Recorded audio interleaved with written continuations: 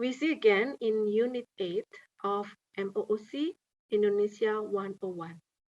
In this unit, we are going to discuss about the beginning of post-Suharto years, and we are going to see what has happened to Indonesia after Suharto stepped down. Okay, so we start with the first part of this unit. So more than a decade after the demise of the New Order regime, contemporary Indonesian socio-political life reflects both the complexity and diversity of Indonesian society, as well as the legacy of the New Order's authoritarianism. Issues that have played an influential role in shaping the culture of the post-Suharto period include the relationship between central and regional governments, political party regulations, freedom of expression, the role of the state in regulating the private lives of its citizens, and the revival of Islamic political and social movements. A year after the resignation of Suharto, a significant number of political reforms took place. These reforms, which were designed to enhance civil participation and reduce military domination of the political decision-making processes, included the implementation of the multi-party system, the reduction in the size of army representation in the DPR or Dewan Perwakilan Rakyat or People's Representative Council and the provincial legislatures and the referendum and subsequent independence of East Timor. The general election held on 7 June 1999 was a political milestone that marked Indonesia's transition to a more democratic society.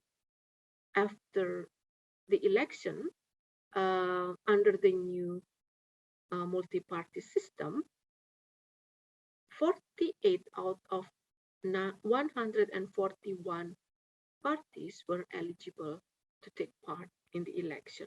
And after the election, 15 of these parties were represented in the national parliament. The victory of the PDIP or Partai Demokrasi Indonesia Perjuangan or Indonesian Democratic Party struggle in the 1999 election did not guarantee its presidential candidate Megawati to be the new president to replace B.J. Habibie. A series of political maneuvers were carried out by the politicians in the MPR or Majelis Permusyawaratan Rakyat or People's Consultative Assembly to prevent Megawati from becoming the president.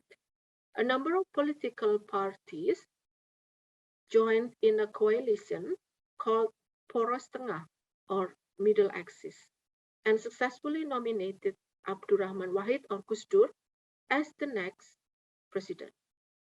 Abdurrahman Wahid became the fourth Indonesian president with Megawati as his vice president on 20 October 1999.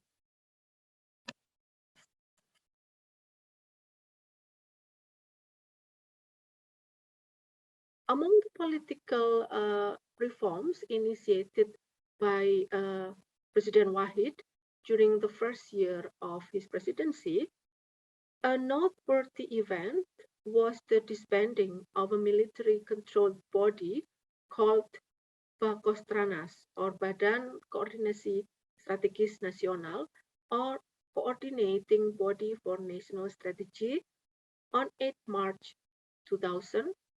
This meant that the screening previously conducted by this body to investigate the involvement of would-be state officials and their families in the banned PKI was also abolished.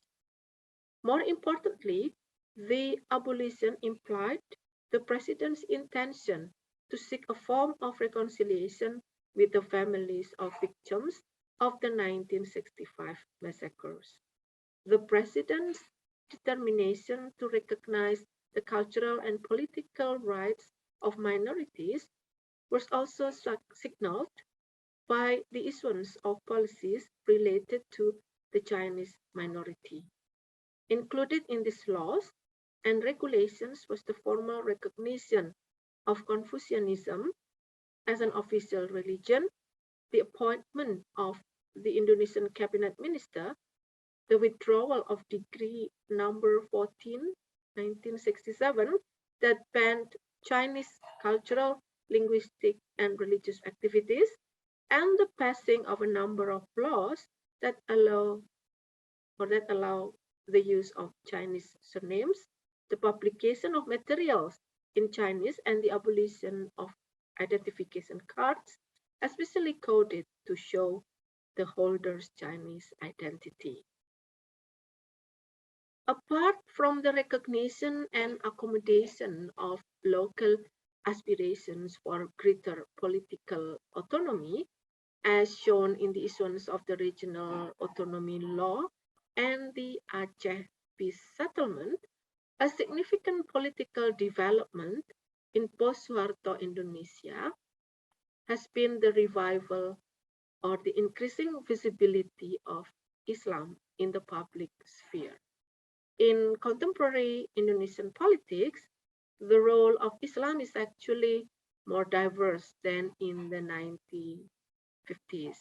Rather than singularly promoting the adoption of Islamic law in the constitution, the political platforms of post-Suharto Islamic parties range from the formalization of Sharia to the inclusion of Islamic values and spirit in government policy without necessarily advocating the introduction of a formally Islamic state.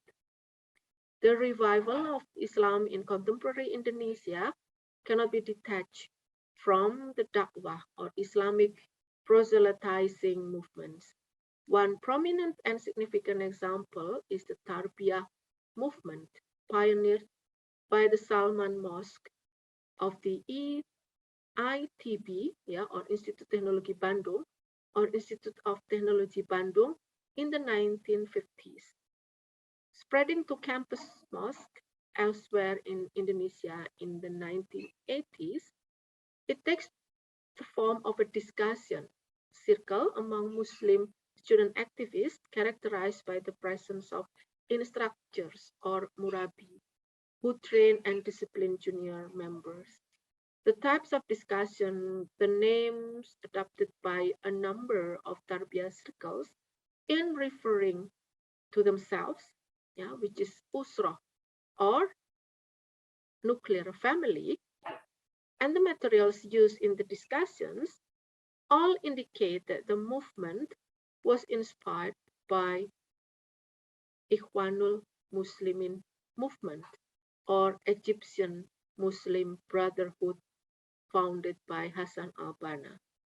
This type of connection with international Islamic movements was often driven by the sense of a shared repressive environment that restricted the growth of Islamization in the political sphere. Michael Lavan maintains that the connection was often framed within the notion that in an environment antipathetic to Islamic values or Jahiliyah, Islam should be seen as the guiding system and the best solution to social and political problems. The campus Tarbiyah movement was and remains an influential Islamic force. During massive student demonstrations demanding the resignation of Suharto in 1998, two Tarbiyah-based Islamic student organizations, KAMI or Kesatuan Aksi Mahasiswa Muslim Indonesia or the Indonesian Muslim Student Association, and Hamas or Himpunan Mahasiswa Muslim Antar Kampus or the Association of Intercampus Muslim Students played a significant role.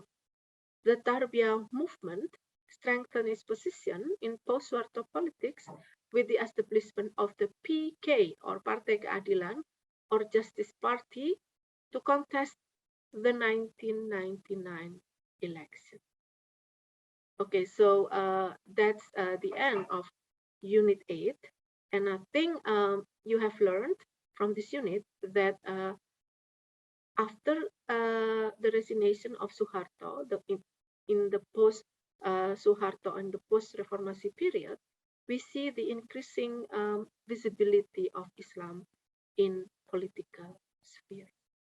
Thank you for watching the video, and we meet again in the next unit. Thank you. Bye.